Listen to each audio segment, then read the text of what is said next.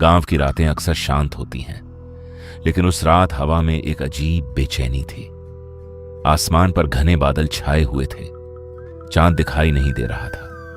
दूर कहीं बिजली चमकती तो कुछ सेकंड के लिए गांव के किनारे बने छोटे से मिट्टी के घर में सुरेश बेचैनी से बैठा था।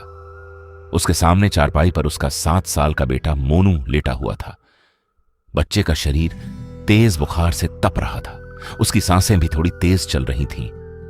मोनू की मां कविता बार बार गीले कपड़े से उसका माथा पोंछ रही थी। सुरेश, इसका बुखार कम नहीं हो रहा। अगर जल्दी इंजेक्शन नहीं लगा तो डॉक्टर ने कहा था कि हालत खतरनाक हो सकती है। सुरेश ने बच्चे का माथा छुआ। माथा जल रहा था। गांव में डॉक्टर नहीं है, शहर वाले अस्पताल से इंजेक्शन लाना पड़ेगा। शायद मेडिकल स्टोर अभी खुला हो। कविता ने घबराकर बाहर देखा। रात के 12 बज रहे हैं। रास्ता जंगल से होकर जाता है और आज अमावस्या भी है। इतनी रात को जाना ठीक नहीं। सुरेश ने गहरी सांस ली। अगर मैं नहीं गया तो हमारा बेटा पूरी रात ऐसे ही तड़पता रहेगा। मैं अभी जाता हूं और जल्दी वापस आऊंगा। मोनू ने हल्की आवाज में कहा। पापा, जल्दी आना, मुझे बहुत ठंड लग रही है। सुरेश का दिल भारी हो गया। उसने बेटे के सिर पर हाथ फेरा और घर से बाहर निकल गया। गांव की कच्ची सड़क बिल्कुल खाली थी। कहीं कोई आदमी नहीं था। केवल दूर दूर कुत्तों के भौंकने की आवाजें सुनाई दे रही थीं। सुरेश टॉर्च लेकर तेजी से चल रहा था।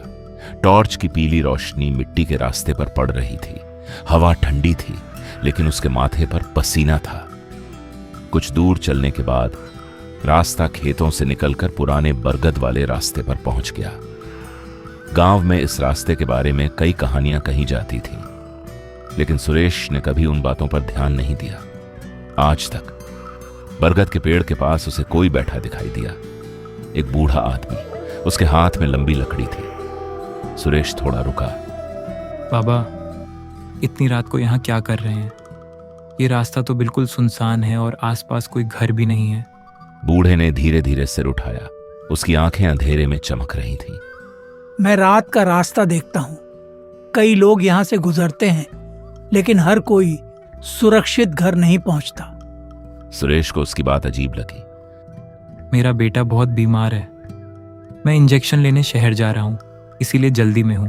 बूढ़े ने कुछ सेकंड तक उसे देखा, फिर धीमी आवाज में बोला, अगर रास्ते में कोई तुम्हें नाम लेकर बुलाए, चाहे आवाज कितनी भी जानी पहचानी क्यों न लगे, कभी पीछे मुड़कर मत देखना। सुरेश ने भौहें सिकोड़ ली। कोई मेरा नाम क्यों बुलाएगा? यहाँ तो आसपास कोई रहता भी नहीं। बूढ़े ने हल्की हंसी के साथ कहा, रात के रास्तों पर आवाजें हमेशा इंसानों की नहीं होती। सुरेश के पास रुकने का समय नहीं था। वह आगे बढ़ गया। कुछ देर बाद वह जंगल के अंदर पहुंच गया। यह रास्ता छोटा था, लेकिन डरावना। पेड़ों की परछाइयां जमीन पर अजीब आकृतियां बना रही थीं। अचानक पीछे से आवाज आई, सुरेश। सुरेश के कदम रुक गए। आवाज बिल्कुल उसकी पत्नी कविता जैसी थी। उसका दिल जोर से धड़कने लगा, लेकिन उसे बूढ़े की चेतावनी याद आई। पीछे मत देखना। सुरेश ने कदम तेज कर दिए। कुछ मिनट बाद आवाज फिर आई, इस बार और साफ, सुरेश रुक जाओ। अब आवाज उसके बेटे मोनू जैसी थी। सुरेश की आंखों में आंसू आ गए। ये सच नहीं हो सकता। मोनू घर पर है। ये सिर्फ मेरा डर है। लेकिन पीछे से कदमों की आवाज आने लगी, टक टक टक, जैसे कोई उसके पीछे चल रहा हो। करीब आधे घंटे बाद वह शहर की मेडिकल दुकान पहुंच गया। दुकान आधी खुली थी। दुकानदार नींद में था। सुरेश ने जल्दी जल्दी सारी बात बताई। दुकानदार ने इंजेक्शन और दवा दे दी। रात में जंगल वाले रास्ते से सावधान रहना। कई लोग कहते हैं कि वहां अजीब आवाजें सुनाई देती हैं। सुरेश ने सिर हिलाया। वह तुरंत वापस चल पड़ा। अब रात और गहरी हो चुकी थी। सुरेश के कदम अब पहले से ज्यादा तेज हो चुके थे। उसके हाथ में टॉर्च थी और दूसरे हाथ में इंजेक्शन की छोटी डिब्बी कसकर पकड़ी हुई थी। उसका मन बार बार एक ही बात सोच रहा था, बस जल्दी घर पहुंचना है। लेकिन जंगल का रास्ता जैसे खत्म ही नहीं हो रहा था। पेड़ों की लंबी परछाइयां सड़क पर गिर रही थीं। हवा अचानक ठंडी हो गई थी।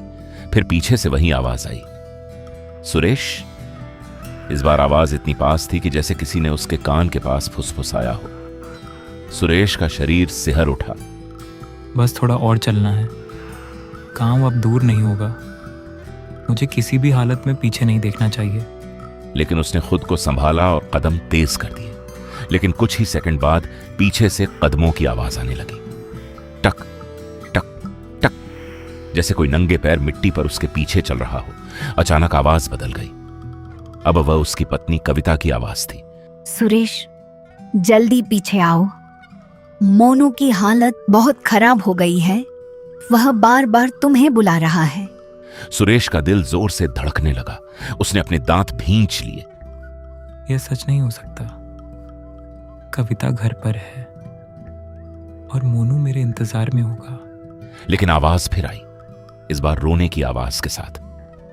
सुरेश, मुझे अकेला मत छोड़ो। सुरेश की आंखें भर आईं, लेकिन उसने कदम नहीं रोके। जैसे जैसे सुरेश आगे बढ़ रहा था, जंगल और ज्यादा डरावना होता जा रहा था। टॉर्च की रोशनी बस कुछ कदम तक ही जा रही थी। अचानक हवा बंद हो गई। पूरा जंगल बिल्कुल शांत हो गया। फिर पीछे से भारी आवाज आई, सुरेश, तुमने मेरी बात नहीं मानी। यह आवाज किसी इंसान की नहीं लग रही थी। सुरेश रुक गया, लेकिन उसने पीछे नहीं देखा। तुम जो भी हो, मुझे जाने दो। मेरा बच्चा बीमार है और मुझे जल्दी घर पहुंचना है। कुछ सेकंड तक सन्नाटा रहा। फिर वही आवाज आई, तुम्हारा बच्चा अब ठीक है, क्योंकि मैं उसे दवा दे चुका हूं। अब तुम्हें बस एक बार पीछे मुड़कर देखना है। सुरेश का दिल जैसे रुक गया। उसने धीरे कहा, ये झूठ है। मेरा बेटा घर पर है और इंजेक्शन मेरे पास है। दूर से अब गांव के कुछ घरों की हल्की रोशनी दिखाई देने लगी थी। सुरेश को उम्मीद की किरण दिखाई दी। वह तेजी से चलने लगा, लेकिन तभी पीछे से तेज कदमों की आवाज आने लगी, टक टक टक, जैसे कोई दौड़कर उसकी तरफ आ रहा हो।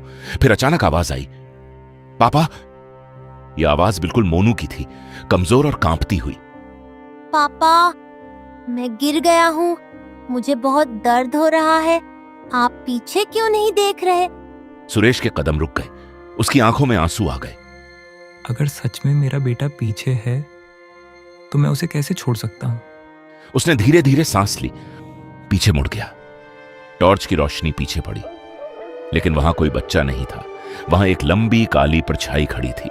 उसका चेहरा धुएं की तरह बदल रहा था, लेकिन उसकी आंखें लाल थीं और वह मुस्कुरा रही थी। तुमने आखिरकार पीछे देख ही लिया।